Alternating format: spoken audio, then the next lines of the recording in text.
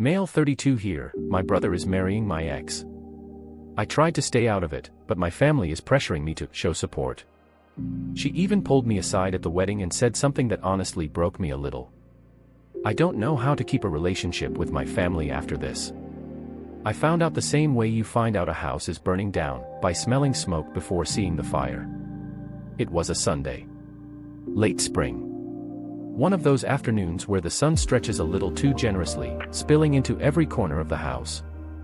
My mom had called earlier in the week to say, "Come for lunch. It's been too long." And like a good son, the one who never caused trouble, I showed up. My brother Liam was already there, helping her in the kitchen. He had that lazy grin that used to get him out of everything when we were kids. I used to think it was charm. Now I know it was armor. When I walked in, Mom kissed my cheek, Liam clapped me on the back, and for a second, everything looked the way it used to. Before I realized families could love you and still betray you. We sat down at the table, Mom's roast chicken, mashed potatoes, salad, the usual. Liam kept giving me these sideways glances, like a kid with a secret he can't wait to drop. I didn't ask. I didn't care. Our relationship had been polite, at best, since the breakup. The her in this story is Emma. We were together for 5 years. We broke up 3 years ago. Messy, painful, the kind of breakup that leaves fingerprints on everything afterward. She wasn't just my girlfriend, she was part of the family. Christmases. Birthdays. She had a toothbrush at my parents' house. She called my mom Mags like it was hers to use. That's how close she was. When it ended, I didn't just lose her. I lost the shape of the life I thought I'd have. And though I moved on, at least I told myself I did, she remained stitched into my family like wallpaper you can't peel off. Which is why it didn't immediately click when Liam cleared his throat and said, "So, there's something I want to tell you." Mom froze for half a second. Just long enough for me to feel that invisible hand tighten around my ribs. I put my fork down. "Okay." He smiled. Nervous. Like a kid about to confess to breaking a window. "Emma and I are together." There it was. No fireworks. No long explanation. Just the words dropping into the room like wet cement. For a moment, no one moved. Even the house seemed to pause. Then Mom said, too brightly, "Isn't that nice? We thought it would be better to tell you in person." We thought. I didn't speak. Not because I didn't have anything to say. But because if I opened my mouth right then, I wasn't sure what would come out. Rage. Laughter. A scream. Liam rushed on, mistaking silence for permission. "It just happened. We ran into each other a few months ago, started talking, and..." "And what?" I finally said, my voice quieter than I felt. "You fell in love." He shifted in his seat. "I didn't plan it, Noah." "Neither did I said. But it happened anyway." Mom jumped in like a human buffer. "Sweetheart, I know this is hard, but people move on." I laughed. Sharp. Ugly. Yeah. I just didn't think they'd move on with my brother. Liam winced. "I know it looks bad. It is bad." He tried to hold my gaze. I didn't let him. We sat through the rest of lunch like actors pretending not to notice the script had changed. Mom kept asking if I wanted more potatoes. Liam picked at his food like it might bite him. I wanted to leave, but leaving felt like surrender. When I finally pushed back my chair, Liam followed me to the front porch. "Look, Mun," he started. "I didn't want to hurt you." "Good," I said flatly. "Then you shouldn't have. She makes me happy." I stared at him. "She made me happy too, Liam." That didn't stop her from tearing me apart. I stared at him. "She made me happy too, Liam." That didn't stop her from tearing me apart. He looked away. That was always his thing, he never could stand being the villain in any story. "People change," he muttered. "Yeah," I said. "But some people don't change who they betray." I walked away before he could respond. Because if I'd stayed, I would have said worse. I drove home with the windows down even though it was cold. The air felt better when it hurt. The streets blurred past me, familiar yet distant. All I could hear was his voice. Emma and I are together. Of all the women in the world. All the lives we could have built separately. He picked her. And she said yes. I wasn't still in love with Emma. I need to make that clear. The love had burned out long ago, leaving ashes. But betrayal doesn't need love to hurt. Betrayal just needs memory. Over the next few weeks, the family group chat turned into a stage. Mom sent photos of Liam and Emma at dinner. At the lake. At Dad's birthday. Little, isn't this nice, captions under each one. Like I was supposed to cheer for the people who stabbed me. My aunt texted me once, I hope you're okay with everything. They look so happy. Yeah. They looked happy. Happy wearing the pieces of a life I used to have. The real punch came a month later. Liam invited me to a family dinner. He said he wanted to talk like adults. Against my better judgment, I went. When I arrived, Emma was already there. It was the first time I'd seen her in 3 years. She looked exactly the same. Same soft brown hair. Same quiet smile that used to undo me. Except now, when she looked at me, she didn't flinch. She looked calm. Comfortable. That was worse than hate. Hey, Noah, she said, like she was greeting an old friend. You look good. I almost laughed. Do I? Dinner was excruciating. They sat next to each other. Their knees touched under the table. My parents beamed like it was a Hallmark movie. I was the only one not following the script. Halfway through dessert, Liam cleared his throat again, the same way he had before the last bomb. We have some news, he said. We're engaged. The room spun a little. Emma's hand rested on his arm. Mom clapped. Congratulations. They all looked at me. Waiting. Expecting. I smiled. Not because I was happy. But because it was the only thing keeping me from flipping the table. Wow, I said softly. That's fast. Liam shifted. It's been months, Noah. Yeah. You're right. What's a few months between family?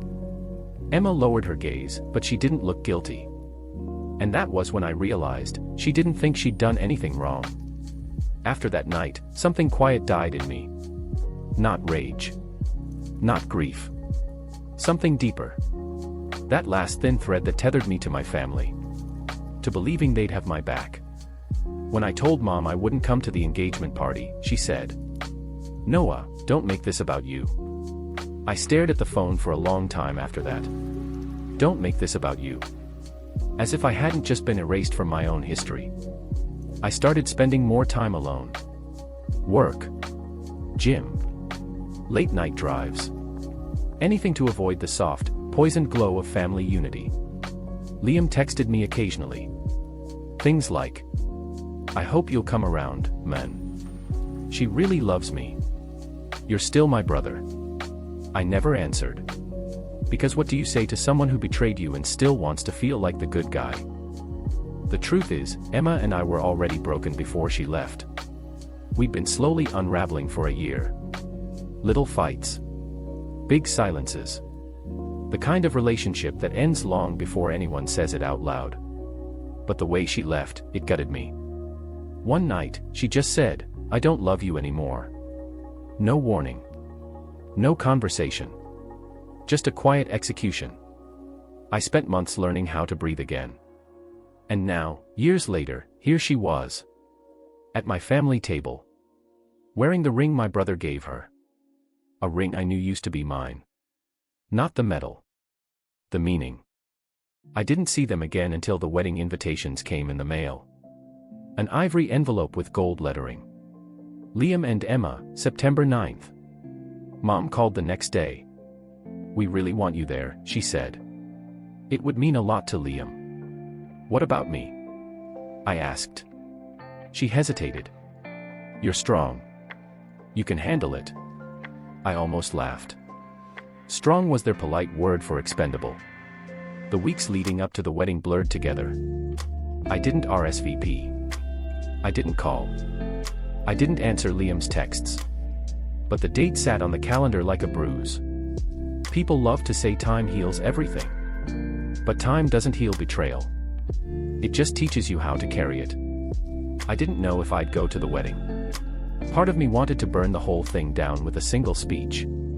Another part wanted to disappear completely. Mostly, I wanted to look them in the eyes and show them they hadn't broken me. And maybe, deep down, I wanted them to see what they'd lost too.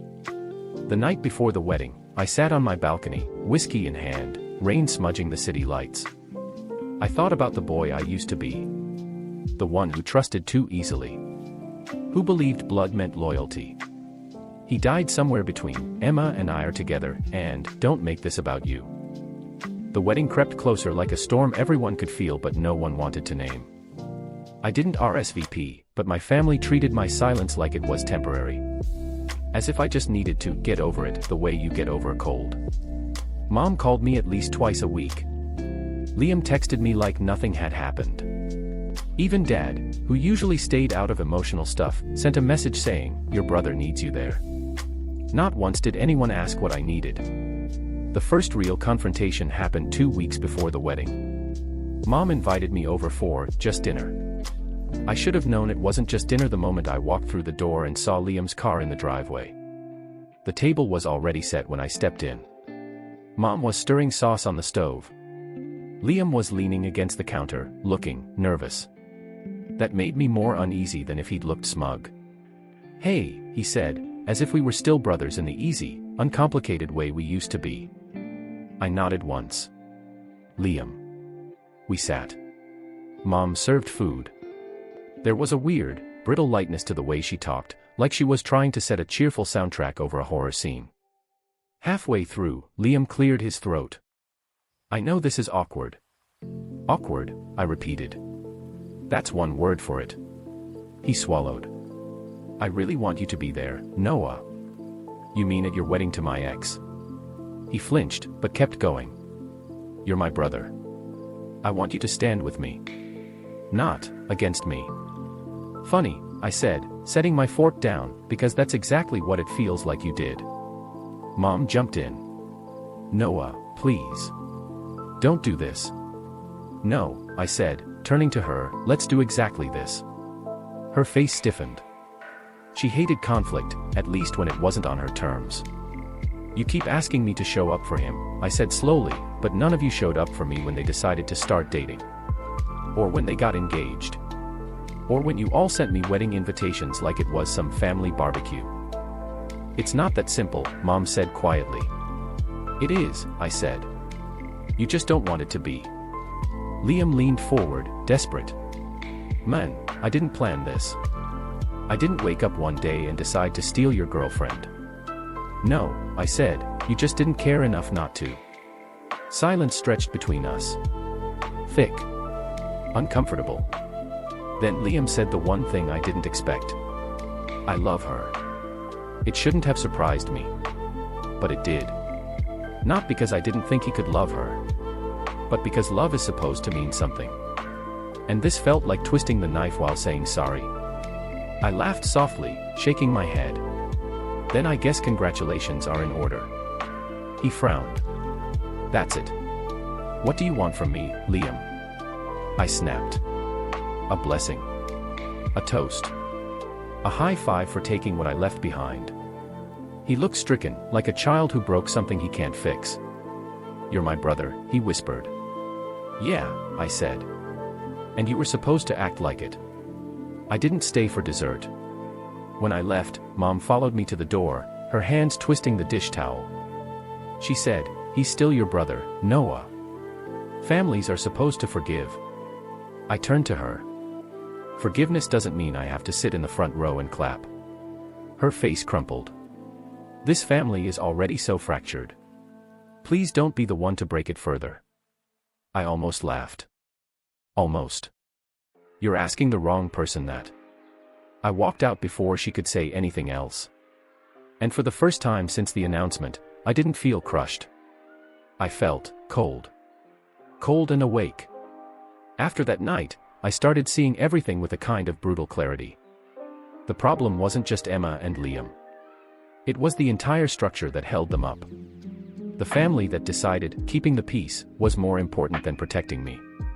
The way they expected me to be the strong one so they didn't have to be accountable. It wasn't my heartbreak they feared. It was the discomfort of acknowledging it. I went back to the gym.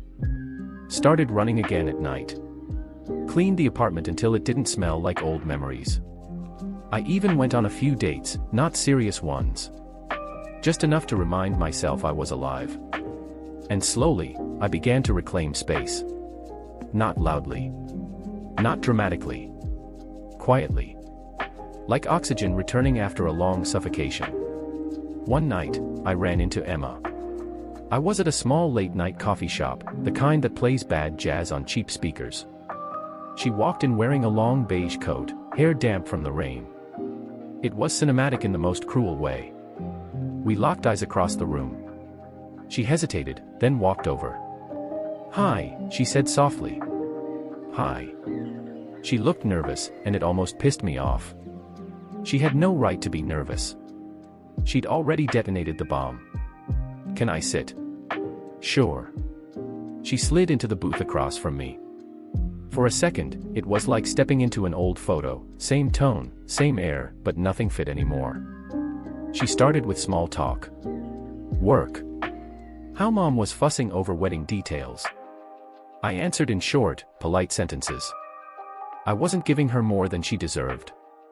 Then she said, "I know this is complicated." Complicated, I echoed. Seems to be the word of the year. She exhaled slowly. I didn't mean for things to happen this way. "Yeah," I said. "I've heard that before." "It's true." I leaned back. "You left me, Emma. That's fine. That's your right. But then you chose him. My brother. And the worst part is," I paused, trying to keep my voice level. "You acted like it was just life happening." Her eyes flickered. She didn't deny it. "I didn't plan it," she whispered. "But when I saw him again, it just felt easy. Familiar. Familiar." I repeated. "You mean familiar because it used to be me?" She lowered her gaze. "Noah." I smiled. Not kindly. "Relax. I'm not asking you to apologize. I don't even want one." That surprised her. "Then what do you want?" she asked. "I want you to know," I said slowly, "that I don't need your closure." She blinked. "What?" I thought I did. For a long time. But now, seeing you here, I realize, whatever we were died a long time ago. And whatever you are now, you're not mine to hate or love. Her lips parted like she wanted to say something. She didn't. After she left, I sat there in the quiet hum of the cafe and felt something shift. Not forgiveness. Not healing. Just weight sliding off my chest. I didn't need their approval anymore. I didn't need them to understand what they broke. They couldn't take anything from me that I hadn't already given. The wedding day loomed closer. Liam kept texting. "I want you there. It won't be the same without you. Please, man." I ignored most of them. Until one message landed differently. "You're still my brother. That doesn't change." I stared at it for a long time. He believed that. He genuinely thought blood gave him infinite credit. But blood doesn't erase betrayal. It just makes it harder to hate cleanly. 3 days before the wedding, Dad showed up at my apartment. He's not the emotional type. He's the kind of man who thinks a good handshake can fix anything. He sat on my couch like he was preparing for a negotiation. "Your mother's worried," he said. I didn't answer. "She wants you there." "So do I." I almost laughed. "Of course you do." He sighed. "Liam is your brother." "Yeah," I said. "He's also the guy marrying my ex." He rubbed his face. "People fall in love, Noah. It's not always clean. You can't punish him forever." "I'm not punishing him," I said. "I'm just done pretending it's okay." His jaw tightened. "You're being stubborn. And you're being blind." The words hit the air like a slap. Dad looked at me for a long time. Then he said something quiet. "You always were the strong one." It wasn't a compliment. It was a justification. They had built their whole moral comfort on the assumption that I could handle it. That Liam was the fragile one. The one who needed protecting. The golden boy. I wasn't fragile. So I could be sacrificed. That was the real betrayal. That night, I decided I'd go to the wedding. Not for them. For me. Not to forgive.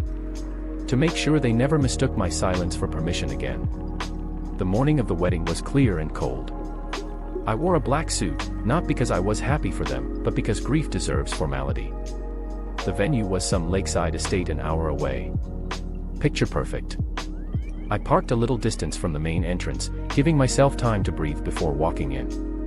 Inside, everything smelled like flowers and expensive wine. My mother hugged me too tightly, her relief bleeding through her smile. "I'm so glad you came," she whispered. I didn't hug her back. Not fully. Liam spotted me across the room. His face lit up like I'd handed him a second chance. He rushed over, straightening his tie nervously. "You came," he said, almost boyishly. "Yeah," I said. "I did." He grinned. "This means a lot to me." I nodded once. But inside, I wasn't there for him. Not anymore. During the ceremony preparations, I stood at the edge of the crowd, watching people laugh and take pictures. Emma was somewhere inside, probably in white. Liam was being fussed over by groomsmen. It was strange, how detached I felt. Not numb. Not broken. Just steady. Every laugh, every decoration, every warm family hug felt like part of a theater I didn't belong to anymore. And then Emma walked out. White dress. Hair tied back. A smile that didn't reach her eyes. She glanced at me for a fraction of a second. Just long enough for me to see it. That flicker. Not regret. Not guilt. Something else. Something calculated. I didn't know then exactly what it meant. But I would, soon. We didn't talk during the ceremony. Of course we didn't. She stood at the altar next to Liam. He looked at her like she was the sun. She looked at him like she'd already mapped out where the shadows would fall. I watched from the second row, surrounded by family that clapped and smiled and ignored the quiet wreckage under the tablecloth. And the strangest thing happened, I didn't feel small anymore. I felt free. Because they had taken everything they could take. And I was still standing. The ceremony was flawless. At least on the surface. Liam's hands trembled as he slipped the ring on Emma's finger. She laughed softly, that soft, rehearsed laugh she used to save for me. It hit me somewhere deep, but it didn't crush me anymore. I watched it like you watch a movie you've already seen, knowing the lines before they're spoken. When they kissed, people clapped. Mom cried into a napkin. Dad cleared his throat like it was a proud moment. I stood in the second row, still as stone. I didn't clap. The reception bled into the night. Fairy lights strung between trees. White tablecloths. The air smelled like roses, champagne, and the quiet rot of unspoken things. People were laughing too loudly, hugging too tightly. I could tell they wanted this wedding to mean something pure. To scrub out the stain of how it started. But betrayal doesn't wash off just because you say, "I do," under twinkling lights. I stayed at the edge of the crowd, near the lake, drink in hand. I wasn't hiding. I was observing. Detached. Surgical.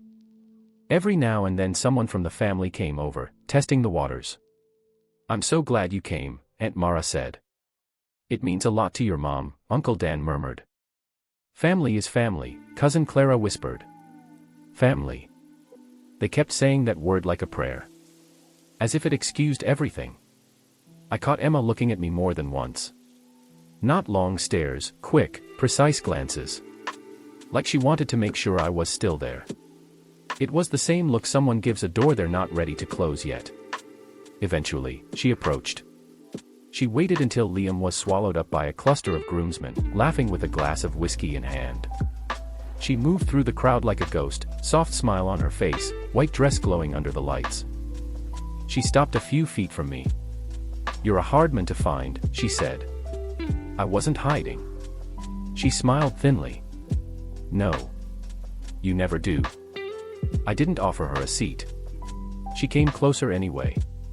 "You look good," she said quietly. I almost laughed. "Emma." "What?" "We're not doing this." Her smile faltered, but only slightly. "Doing what?" "Pretending this is normal." She tilted her head, studying me. "Maybe it is." I let the silence stretch. She liked to fill silences, so I didn't. And just like before, she started talking. "I didn't think you'd come," she said softly. "But I'm glad you did." "Why?" She blinked. "What do you mean?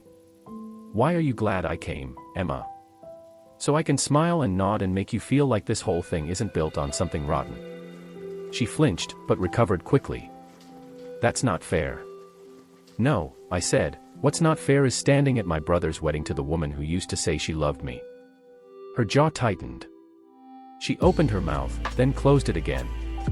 "You think this was easy for me," she whispered. I raised an eyebrow. "I think you got what you wanted." That made her laugh, quiet and sharp. "You always did see through me." We stood there, away from the noise, just the wind skimming over the lake.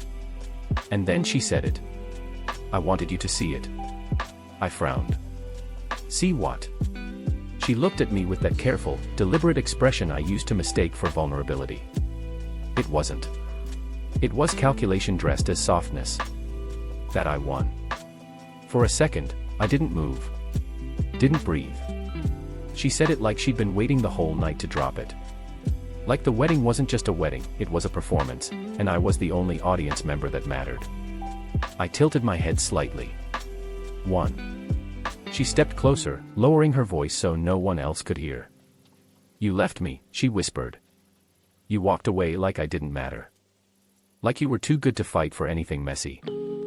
I stared at her, realizing the shape of the thing underneath all this. It wasn't love. It was ego. "Liam was never the plan," she said. "But when he showed up at that party a year after we broke up, I saw the way he looked at me. I realized I could still matter. That I could still win. And marrying my brother was your trophy?" I asked, almost calmly. She shrugged lightly. "I just wanted to be the one who ended up with everything." There it was. No tears. No apologies. Just the naked, ugly truth. For a long time, I said nothing. Because there's something about facing the full weight of a person's selfishness that doesn't spark rage. It sparks clarity. I took a slow breath. "You really think this is winning?" She gave a soft smile. "Look around, Noah. Everyone's here. Your family. Your friends. All of them accepting it. They accepted me." Her voice lowered to a whisper. "They chose me." And she wasn't wrong. That's what made it sting. They did choose her. Or rather, they chose peace over me. Her narrative was cleaner. Easier to digest. I was the strong one, the one who'd survive. She was the one who needed understanding. She didn't just steal my brother. She stole the way they looked at me. "Wow," I said finally. My voice didn't shake. It was steady. Controlled. That seemed to throw her off. "I thought you'd," she began. "Explode." I finished. "No. You don't get that satisfaction." She blinked, taken aback by the softness of my tone. I stepped closer, not menacing, just enough that she had to tilt her head up to meet my eyes. "You think you won because you're wearing the dress," I said quietly. "Because my family is too cowardly to make things uncomfortable. Because Liam was easy to pull in." I let the silence stretch again. "But Emma," I whispered, "you didn't win anything. You settled for someone who'll always be the second act of your story." Her breath caught. "You'll hear my name in his laugh," I continued, low and calm. "You'll feel my ghost in every quiet moment. You'll never fully have him because you didn't want him. You wanted to prove something. Her smile cracked. And the best part? I added, leaning back. I don't need to take anything from you. You'll eat yourself alive trying to convince yourself this is enough. She stared at me, wide-eyed, not angry, not even defensive. Just stripped bare. Someone called her name from across the lawn. It was Liam. He looked over, smiling, unaware of the quiet war happening a few feet away. Emma took a shaky breath. You're cruel. I almost smiled. No. I'm just done being soft. She stepped back. And for the first time, she looked small in that dress. I left before the cake. I didn't make a scene. Didn't tell anyone goodbye. I walked past the tables of laughing relatives and tipsy cousins, past the flower arrangements, past the family that chose silence. No one stopped me. The night air outside was cold. Sharp. Honest. I reached my car and paused, looking back at the estate. The fairy lights shimmered against the dark sky, trying so hard to make everything beautiful. But beneath it all was the rot. And I finally didn't feel like I was the one carrying it. The next day, my mom called. I didn't answer. She left a message. I didn't listen to it. Liam texted me. I saw you leave. Please talk to me. I didn't reply. Not out of spite. But because I had nothing left to say that wouldn't make me small again. Weeks passed. The wedding photos started popping up online, Emma in white, Liam beaming, my parents in their practiced smiles. Every image looked perfect. And every image felt like someone else's life. Not mine. I didn't feel erased anymore. I felt released. One afternoon, Dad came by. He stood at my door awkwardly, hands in his jacket pockets. I should have said something, he admitted quietly. I didn't let him off the hook. Yeah. You should have. He nodded slowly. I just wanted peace. At my expense, I said. He didn't deny it. He just sighed. And somehow, that told me everything I needed to know. Your brother misses you, he said finally. I nodded. I bet. He looked at me for a long time, as if searching for the kid he could still guide. But I wasn't that kid anymore. I didn't slam the door in his face. I just didn't let him in. The thing about betrayal is it doesn't always end with fireworks. Sometimes it ends in silence. In choosing to step out of a house that never truly sheltered you. I didn't lose a brother. I lost the illusion of one. And that's a quieter, deeper wound. But it's also how freedom starts. Months later, Emma messaged me. Just a single line. Do you ever think about us? I stared at it for a long time. And then I deleted it. No reply. Because I wasn't part of her story anymore. And she wasn't part of mine. The last time I saw them was at a family dinner. It was spring. The air was warm and heavy with things unsaid. They walked in late, hands linked, performing their happiness like a well-rehearsed play. But when Emma saw me, just for a second, her smile faltered. Only I noticed. Because she knew. And I knew. This was never a win. It was a cage she built and stepped into herself. I finished my drink, stood up, and walked outside. The air smelled like rain. I took a deep breath and felt something clean settle in my chest. Not revenge. Not bitterness. Just clarity. The worst betrayals are the quiet ones. But the best revenge is walking away like it never broke you.